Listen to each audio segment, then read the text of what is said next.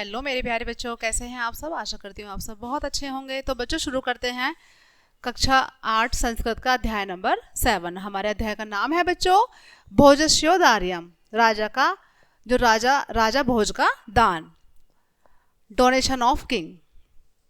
तुलसीदास की यह उक्ति, तुलसी पच्छिन के पिए घटे सरिता नीर, दान करे धन न घटे जो सहाय रघुवीर। ये तुलसीदास द्वारा रचित है ये सूक्ति। कितनी सार्थक है। धन से धर्म मिलता है और धर्म से सुख मिलता है। इन उपरोक्त बातों को समझने के लिए यह कहानी लिखी गई है। जो हमारी कहानी है बच्चों, जो ये उक्ति है उसी के आधार पर लिखी गई है। सभी ध्यान से सुनेंगे। पुरा धारा नगरयाम अति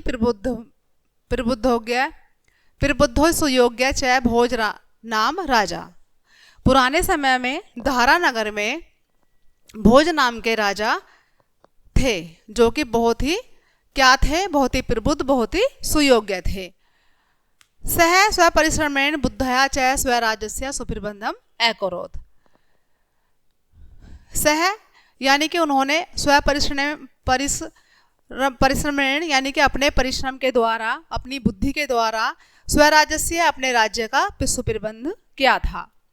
अनेन तस्य राज्य समृद्धि अभवत, और इसी के कारण, उनकी सूझबूझ के कारण जो उनका जो राज्य थे वो समृद्धि से परिपूर्ण थे। तस्मिन् राज्य जना अपि राज्ञ इव सदाचारिण आसन, और जो उनके राज्य में जो लोग थे वो भी उन्हीं की तरह कैसे थे, सदाचारी थे, सच्चे थे। तस्मात् कारणात् एवं गुणारूभिः धनिके अनेके विद्यालय पुस्तकालय च तथा कलाविधय शिल्पभि भव्यानि भवनानि मंदिराणि च विनिर्मितानि। तस्मात् कारणात्, इसी कारण से धनिकों ने, जो धनिक लोग थे, उन्होंने उनके राज्य में अनेक विद्यालय बनवाए, पुस्तकालय बनवाए।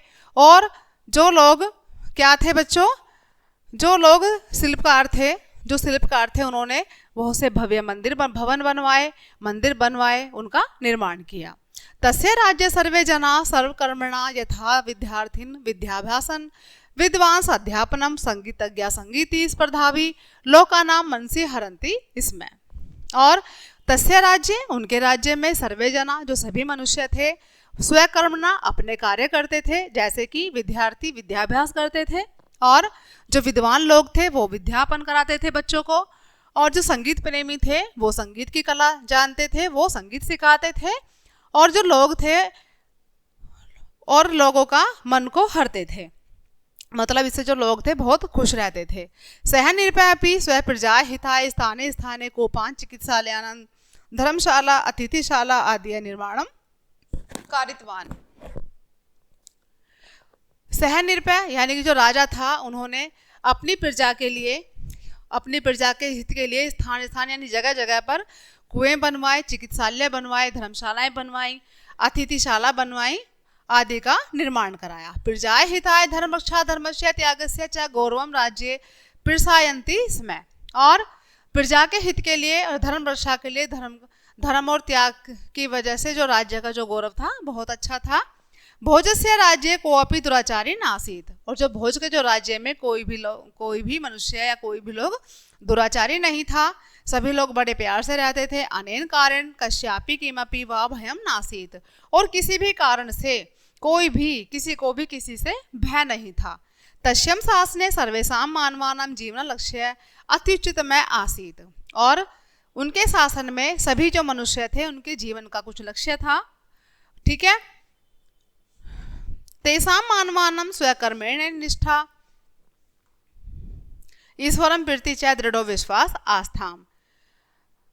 तेषां मानवाना, जो लोग थे, मतलब वो अपने कर्म में विश्वास रखते थे और ईश्वर के प्रति निष्ठा रखते थे। आगे देखते हैं बच्चों। मानवा विपदी वेदालयाम परस्परम सहसायम कुर्वन्ति। इसमें जो लोग थे बच्चों वो क्या थे,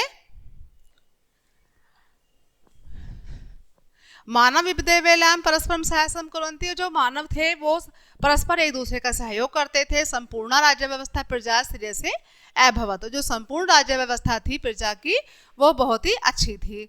गुणानुरागी भोजय मानवेभ्यः तेषां महति कर्माणि भूयासं पुरस्कारम अददात।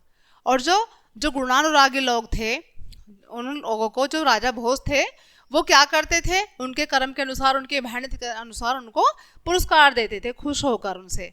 एकदा तस्य अमात्य अचिंत्यन, और एक बार क्या होता है कि जो राजा के मंत्री थे, अमात्य जो मंत्री थे, उनको क्या हुई, चिंता हुई। एवं निरंतरम औदार्येण धनादेनेन तो कोश शीघ्र क्षय भविष्यति, कि ऐसे निरंतर राजा के ऐसे मतलब जो राजा बहुत ही दयालु हैं और इनके निरंतर दान देने से जो धन है उसका तो जो कोष है वो शीघ्र ही खत्म हो जाएगा। यदि अहम साक्षात निवेदन करोमि तदस्सु निर्भय महम प्रति कुदमाचरित इति, और यदि मैं साक्षात उनके सामने जाकर इस चीज को कहूंगा, मना करूंगा राजा को दान देने के लिए, तो वो मेरे पर गुस्सा करेंगे। तो इसलिए उन्होंने क्या किया, अतः अमात्य एकम श्लोक पदम निर्मय राजनम भक्त्या पिरमणम निवेदित। तो उन्होंने क्या किया, मंत्री ने कि एक श्लोक पद लिखा और उसे राजा के सामने प्रस्तुत किया। क्या था वो श्लोक बच्चों, वो था अपदार्थम धनम रक्षेत, कि आपत्ति के लिए धन की रक्षा करनी चाहिए। निरपैति श्रुत्वा मत्यान पृच्छत, अब जो राजा था, निरप यानी कि राजा जो था, इतना सुनकर मंत्री से पूछता है कि श्रीमता भात कुत, कि श्रीमान आप ये क्या कहना चाहते हो इसके द्वारा। मंत्री पुनः निवेद्यात, अब जो मंत्री ने दोबारा से कहा, निवेदन किया, कदाचित चलिता लक्ष्मी, कि जो लक्ष्मी होती है, जो धन होता है, वो कभी भी जा सकता है या चला जाता है। तत् श्रुत्वा निरपय श्लोकम पूर्णम कुर्वन् अवदत्, यह सुनकर जो राजा था उसने उस श्लोक को पूरा किया।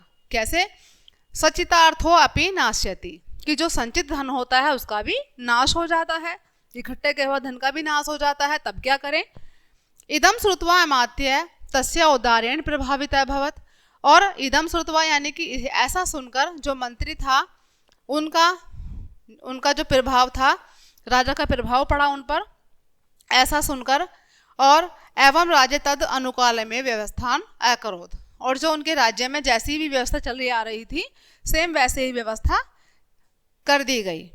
राजा के द्वारा जैसी व्यवस्था, जैसे कि राजा खुश होकर सबको दान देते थे, वैसी ही व्यवस्था फिर से कर दी गई। और जो मंत्री था उनको उनके मतलब वो बहुत ही प्रभावित हुआ राजा का जवाब सुनकर। ठीक है बच्चों, तो ये था आज का हमारा लेसन। आई होप कि सभी को समझ आया होगा बच्चों। तो मिलते हैं नेक्स्ट चैप्टर में, तब तक के लिए बाय बाय।